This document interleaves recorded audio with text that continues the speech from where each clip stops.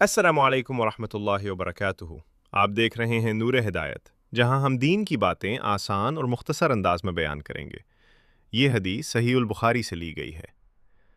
موسیٰ بن اسماعیل نے ہم سے حدیث بیان کی، ان کو ابو عوانہ نے خبر دی، ان سے موسیٰ ابن ابی عائشہ نے بیان کی، ان سے سعید بن جبید نے، انہوں نے ابن عباس رضی اللہ عنہما سے کلام الہی لا تحرک به لسانک لتعجل به الاخ کی تفسیر کے سلسلہ میں سنا کہ رسول اللہ صلی اللہ علیہ وسلم نزول قرآن کے وقت بہت سختی محسوس فرمایا کرتے تھے، اور اس کی علامتوں میں سے ایک یہ تھی کہ یاد کرنے کے لیے آپ اپنے ہونٹوں کو ہلاتے تھے۔ ابن عباس رضی اللہ عنہما نے کہا، میں اپنے ہونٹ ہلاتا ہوں جس طرح آپ ہلاتے تھے۔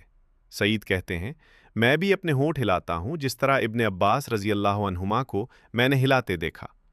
پھر انہوں نے اپنے ہونٹ ہلائے۔ ابن عباس رضی اللہ عنہما نے کہا، پھر یہ آیت اتری کہ اے محمد، قرآن کو جلد جلد یاد کرنے کے لیے اپنی زبان نہ ہلاؤ، اس کا جمع کر دینا اور پڑھا دینا ہمارا ذمہ ہے۔ حضرت ابن عباس رضی اللہ عنہما کہتے ہیں، یعنی قرآن آپ صلی اللہ علیہ وسلم کے دل میں جما دینا اور پڑھا دینا ہمارے ذمہ ہے۔ پھر جب ہم پڑھ چکیں تو اس پڑھے ہوئے کی اتباع کرو۔ ابن عباس رضی اللہ عنہما فرماتے ہیں، اس کا مطلب یہ ہے کہ آپ اس کو خاموشی کے ساتھ سنتے رہو، اس کے بعد مطلب سمجھا دینا ہمارے ذمہ ہے۔ پھر یقیناً یہ ہماری ذمہ داری ہے کہ آپ اس کو پڑھو، یعنی اس کو محفوظ کر سکو۔